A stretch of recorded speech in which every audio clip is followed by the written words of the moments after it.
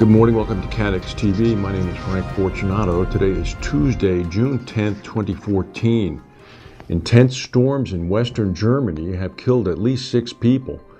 In the North Rhine state of Westphalia, in the capital of Dusseldorf, at least 3 people who had sought refuge in a garden house were killed when a large tree fell on the building. This is after heavy rains, hail, and high winds battered the region.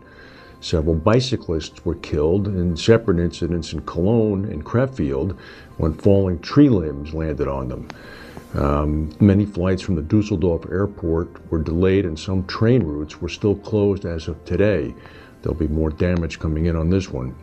In South Korea, in Seoul this morning, 15 crew members of the ferry that capsized and sank that killed over 300 people, the Seawall, went on trial today.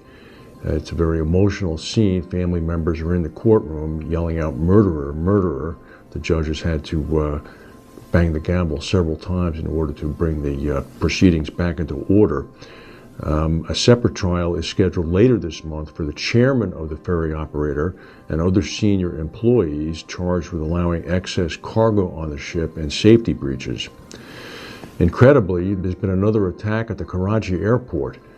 This is after the attack on Sunday killed 38 people. Today, gunmen attacked a training facility near the Karachi airport, about a half-mile away from the main terminal.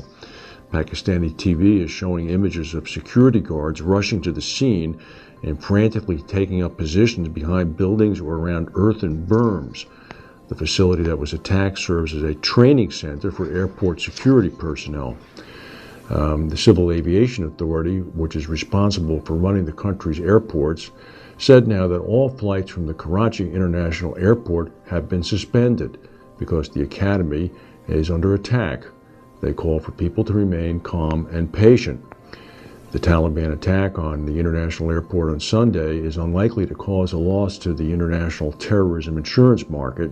Underwriting sources in London say that they have not seen a terrorism policy covering the airport and expect to avoid all claims from the incident.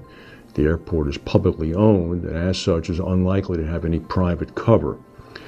The Hartford today up in Connecticut announced that its finance chief, Christopher Swift, would take over as the CEO from Liam McGee, who is stepping down after having overseen a major restructuring in the giant company during his 4.5-year tenure. Mr. McGee took the reins at the Hartford in late 2009 at a time when the company's future was in jeopardy as it became one of just 3 insurers to be bailed out by the U.S. government. The Hartford revealed last year that McGee had undergone surgery to take out a benign brain tumor. There's a tropical storm off the west coast of Mexico that's expected to develop into a hurricane later this week. This would be Tropical Storm Cristina. It's about 160 miles off the coast of Mexico. It's expected to bring heavy rain and winds of up to 10 feet along a 500-mile stretch of coastline later this week. In Malaysia, an explosion has ripped apart a portion of a pipeline, a gas pipeline, between Sabah and Sarawak. It's a 420-mile pipeline. Apparently it has exploded. The fire is not yet under control. It's owned by the national oil giant Petronas. The pipeline is meant to channel raw gas from Camarines to Sabah for export there for tankers. And more news on Paul McCartney. The 72-year-old former Beatle is now rescheduling American tour dates as he continues to recover from the virus that caused him to cancel all of his Japanese and South Korean tour dates. He's taking his doctor's advice and will take more time to rest. He announced Monday tour. He announced yesterday that the tour stops scheduled for mid-June will be postponed until October.